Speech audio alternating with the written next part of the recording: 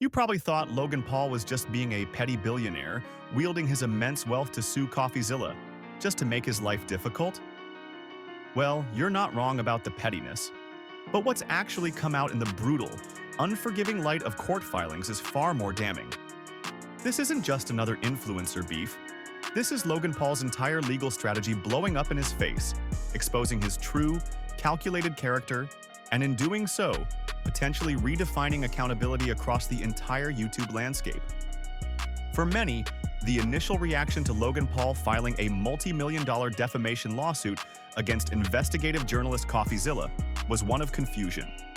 Why would a supposed billionaire, a global celebrity, dedicate such significant resources to a legal battle almost 2 years after Coffeezilla had originally exposed his infamous CryptoZoo project? Was it simply a bruised ego? A power play? Or something far more manipulative and calculated?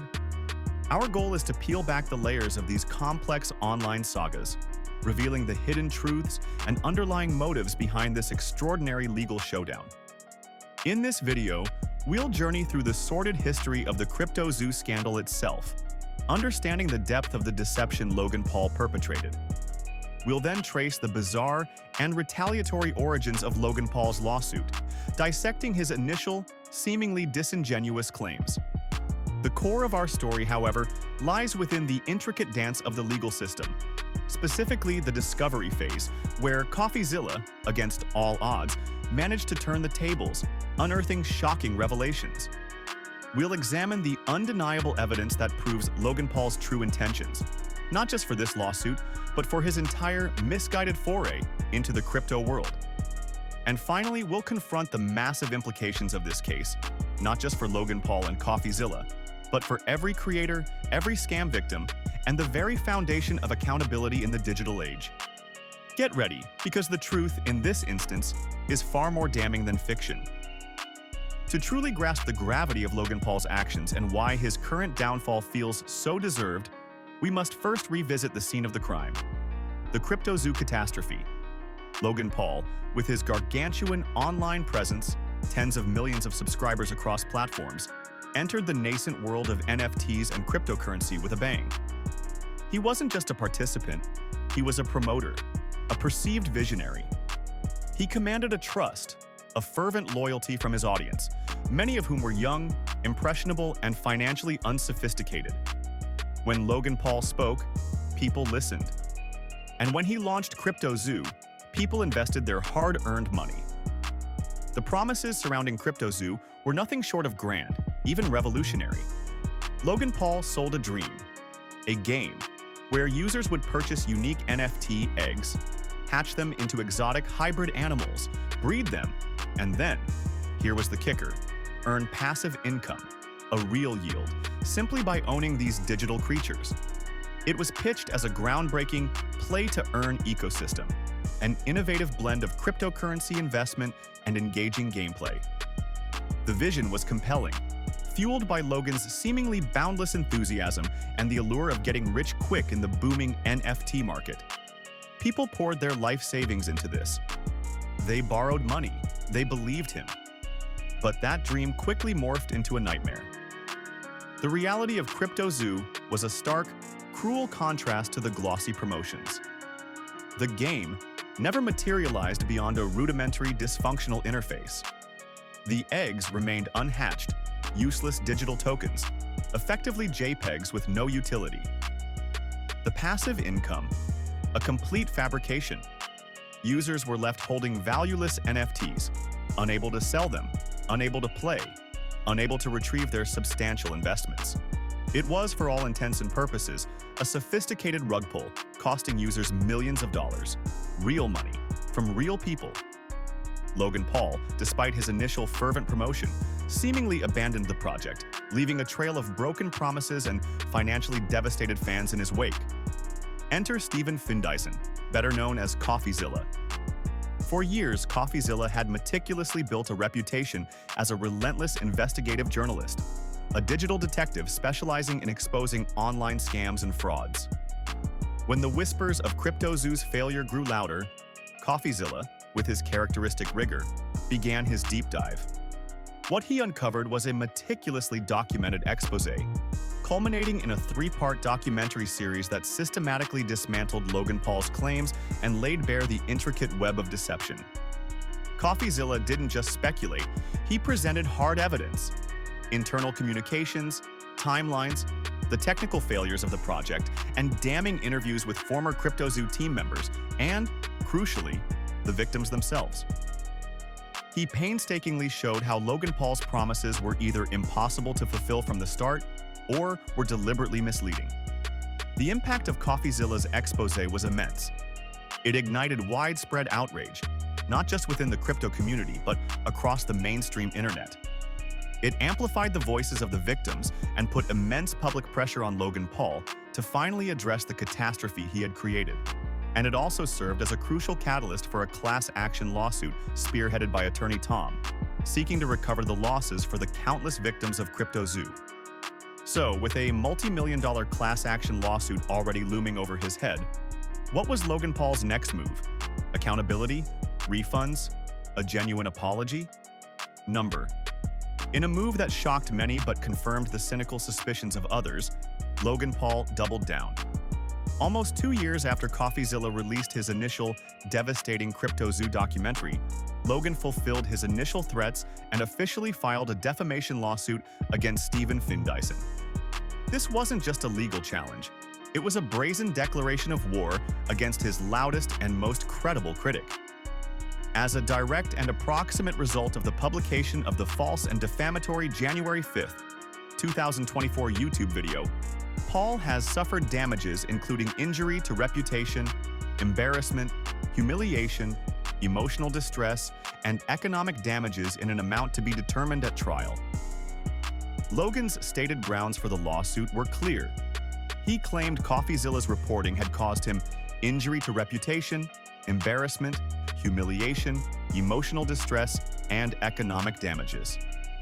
On the surface, these are standard claims in a defamation suit. But to anyone familiar with the CryptoZoo saga, these claims felt deeply disingenuous, almost insulting. Coffeezilla's reporting was meticulously researched and fact-checked. How could factual reporting cause defamation? It immediately raised red flags about Logan's true intentions. From the outset, the lawsuit reeked of something far more calculated than a genuine attempt to clear his name. The speculation immediately turned to Logan's underlying motives. Was this pure, unadulterated revenge against the one man who dared to challenge his narrative and expose his lies to a global audience? Was it an attempt to silence a relentless critic, to ensure no other journalist would dare to look too closely at his future endeavors? Or perhaps, was it an insidious strategy to bankrupt Coffeezilla with astronomical legal fees, weaponizing his own immense wealth to financially cripple an independent creator? And in doing so, to make an example of him, sending a chilling message to any other reporter considering similar investigations into powerful figures? The consensus was that it was likely all three. It's crucial to understand the legal landscape here, particularly for public figures like Logan Paul. In a defamation lawsuit, especially in the United States, public figures typically have to prove that the statements made against them were not only false, but made with actual malice. This means the defendant either knew the information was false or acted with reckless disregard for the truth. For Coffeezilla, a journalist whose entire reputation rests on factual accuracy, proving his reporting was not done with actual malice should have been straightforward. This high bar for public figures is designed to protect journalistic freedom and prevent powerful individuals from silencing critics. There's also a critical detail regarding the timing of this lawsuit. The Texas statute of limitations for defamation claims is 1 year. Coffeezilla's original, multi-part CryptoZoo documentary series came out almost 2 years before Logan filed his suit. This meant Logan couldn't directly sue over those initial, highly impactful videos. He had to target more recent claims or follow-up comments made by Coffeezilla, implying that he wasn't initially ready or willing to sue. This tactical delay, as we'll soon uncover, points to a much deeper, more strategic, and ultimately desperate motivation that would become his undoing.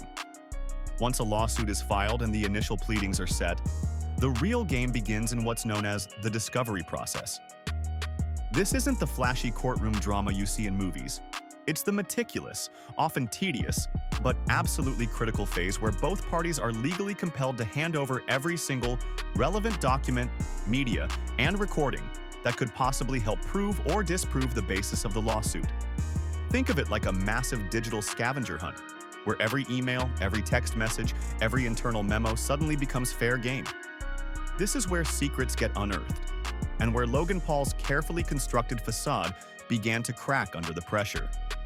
To protect certain private or sensitive information from being immediately leaked to the public, things like trade secrets or genuinely personal details not relevant to the case, both parties in a lawsuit typically agree to a joint confidentiality order. This means that no matter how damning or embarrassing the information they find out about the opposing side, if it's deemed confidential by the court, it won't be reported on. Instead, it gets redacted in public documents, shrouded in secrecy. This veil of confidentiality is meant to facilitate open exchange during discovery, but it also gave Logan Paul a dangerous idea, a perceived shield behind which he could launch his offensive, hoping to reveal Coffeezilla's secrets while keeping his own locked away. Logan's strategy during discovery quickly became apparent. His legal team aggressively pursued Coffeezilla's communications, demanding everything and anything related to Paul's involvement with the CryptoZoo project. Logan's argument was that these communications were absolutely key to proving Coffeezilla had maliciously produced his documentary, meaning he created it with ill intent or a reckless disregard for the truth. He wanted to see every note, every interview transcript, every piece of internal planning that went into Coffeezilla's exposé. It was a fishing expedition, a desperate attempt to find anything that could discredit Coffeezilla's factual reporting or suggest a hidden agenda that simply wasn't there. But there was a particularly interesting twist to Logan's demands. He specifically zeroed in on communications between Coffeezilla and a mysterious, yet-to-be-named third party involved in the CryptoZoo case. This became a significant point of contention, a veiled figure Logan was clearly desperate to identify and expose. The very insistence on uncovering these specific communications hinted at something deeper, something Logan believed could fundamentally turn the tide in his favor, revealing some hidden conspiracy. Coffeezilla's legal team, however, was well prepared. They immediately argued that said communications were protected by Texas's journalistic privileges and even more broadly by the First Amendment itself. Journalists rely on protecting their sources and their internal thought processes to do their job effectively. Undermining this privilege could have a chilling effect on all investigative reporting. They even went as far as pointing out Logan Paul's blatant hypocrisy. He was demanding these highly sensitive communications from Coffeezilla, while simultaneously filing his own motions to protect his private communications from being made public. It was a classic case of rules for thee but not for me, and it did not go unnoticed. In a truly pivotal moment that underscored the absurdity of Logan's position, Coffeezilla's legal team proposed a simple, logical solution. Logan could depose Coffeezilla directly and ask him if he had specific documents that would support the claim of actual malice. They even offered to review Logan's own document production and identify if Coffeezilla possessed any of the same documents. Logan, of course, refused. He wanted the raw, unredacted communications no matter what.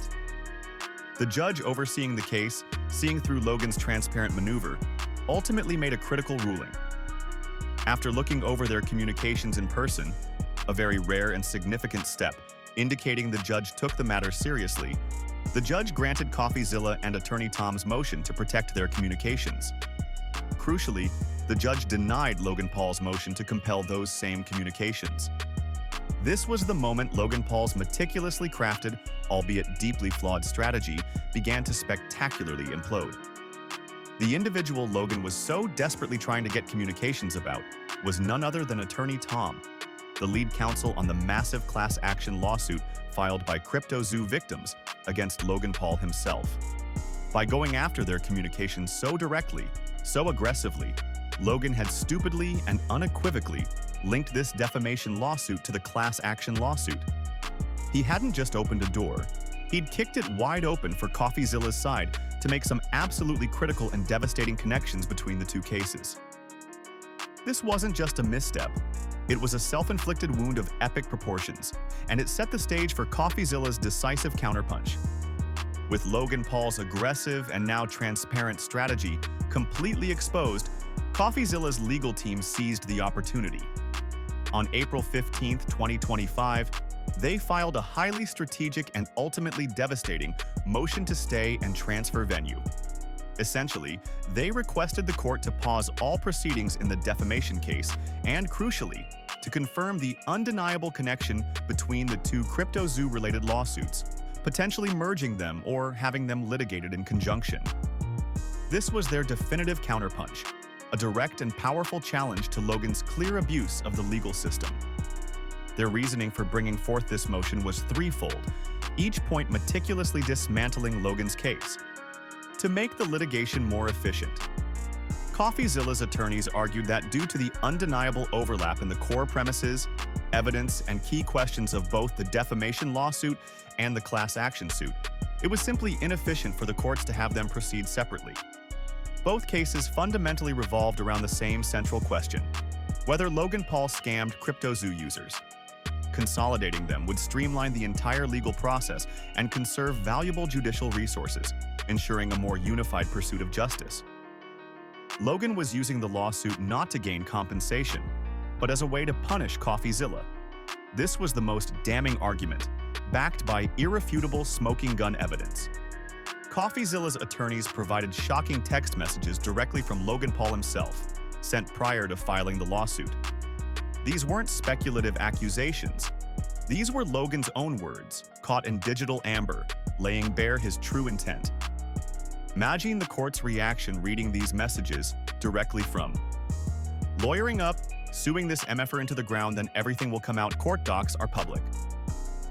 A clear declaration of intent to inflict maximum damage and leverage the public nature of court documents, not just seek legitimate damages. So everyone will see what happened, for better or for worse. An explicit admission that this was about public spectacle and controlling a narrative, not genuine harm to his reputation. There's a price to pay. That's the idea. I see the momentum building, because the throne is being shook right now, as well as need to shut it down. This reveals the true motivation: a desperate attempt to stop the momentum of negative press and critical reporting that was shaking his throne. And perhaps the most devastating quote of all, an admission that lays bare his entire petty motivation. He admitted the entire purpose of the lawsuit was just to make his life difficult. He even, incredibly, referred to himself as a petty billionaire in his own messages. These receipts don't just damage Logan's reputation publicly, they utterly wreck the strength of his arguments in court. When you claim defamation and emotional distress, but then your own text messages openly reveal you filed the suit just to make his life difficult. And because your throne is being shook, it fundamentally undermines your credibility with the judge and jury. His own words, ironically, prove his malice, not Coffeezilla's. Logan was trying to use the defamation case to obtain information about the other pending lawsuits. This was the tactical abuse Coffeezilla's team brilliantly highlighted. With the class action lawsuit, the Holland case, effectively stayed while the court considered motions to dismiss, Logan was unable to obtain discovery. So he strategically filed this defamation lawsuit not only to punish Coffeezilla, but also to gain discovery, information, and evidence for his defense in the more serious class action civil proceedings. It was a blatant backdoor maneuver, an attempt to leverage one legal battle to win another, more serious one that had actual financial consequences for him. The connection between the two lawsuits now became not just impossible to ignore, but undeniably intentional on Logan's part. Both cases rely on the same claims and need to answer the same fundamental question: whether or not Logan Paul scammed CryptoZoo users. Getting information from Coffeezilla was the quickest way he could bolster his legal defense in the class action suit. This aggressive and well-substantiated motion from Coffeezilla's attorneys has given them a powerful opportunity. Either end the case sooner, potentially by having it dismissed, or have it litigated alongside the more serious class action lawsuit, where the stakes for Logan Paul are astronomically higher. Beyond the legal technicalities and Logan Paul's spectacular self-owns, this case carries immense weight for the broader digital landscape and the future of online accountability. Winning isn't Coffeezilla's only concern. Having sufficient funding to simply write out the case is a monumental challenge. Every step of the legal process is expensive, demanding significant resources. The discovery phase alone, poring over vast amounts of documents, will require tens, if not hundreds, of thousands of dollars in billable hours from his legal team. And knowing Logan Paul's deep pockets, he could easily try to prolong the case indefinitely by flooding Coffeezilla's team with unnecessary documents, weaponizing the legal system to simply drain his opponent's resources. At some point, you have to wonder if Logan is even trying to win the case, or if he's simply engaged in a high-stakes game of trying to bankrupt Coffeezilla by attrition. Prolonging the case not only keeps Coffeezilla from reporting about him, but also directly hurts his biggest critic financially. This isn't just a legal tactic, it's a form of financial intimidation, designed to silence and deter any future investigative efforts. The implications here are profound. If Coffeezilla were to lose, or be financially ruined by legal fees, it would send a chilling message across the internet. Logan Paul and other crypto scammers, or any influencer willing to exploit their fans, would become even bolder, more confident in their ability to operate with impunity. The threat of weaponized lawsuits would hang heavy over any journalist daring to investigate powerful figures, creating an environment where truth-telling becomes a career-ending risk. This could fundamentally stifle independent media and empower bad actors. On the other hand, if Coffeezilla wins, his victory wouldn't just extend to the class action lawsuit against Logan. It would be a monumental win for any journalist who reports on crypto scams, online fraud, or the misdeeds of powerful influencers. Reporting on a wealthier, more litigious individual wouldn't be viewed as a career-ending move, but as a necessary and protected action. Influencers like Logan Paul would be held accountable, and fans who lost their money might finally see justice and potentially be made whole. Crucially, this case, whichever way it concludes, will be cited in future lawsuits as case law, potentially protecting other journalists who might face similar weaponized legal attacks, establishing a precedent for accountability. This case will certainly cascade throughout the online world. It will dictate how we handle such high-profile scams going forward, how readily influencers are held responsible for their actions, and how freely independent investigative journalists can operate without fear of financial ruin. The outcome here is about far more than just Logan Paul. When Logan Paul initially filed this lawsuit, he must have assumed it would be a walk in the park. He likely believed his immense wealth and legal muscle would easily overwhelm an independent journalist like Coffeezilla. But judging by his recent motion to keep his most damning text messages confidential, it seems he's starting to deeply regret that assumption. He even explicitly stated in that motion that the materials have no relevance, and instead were almost certainly filed for the sole and improper purpose of providing defendants with an excuse to advocate for their public disclosure in order to harm and embarrass plaintiff.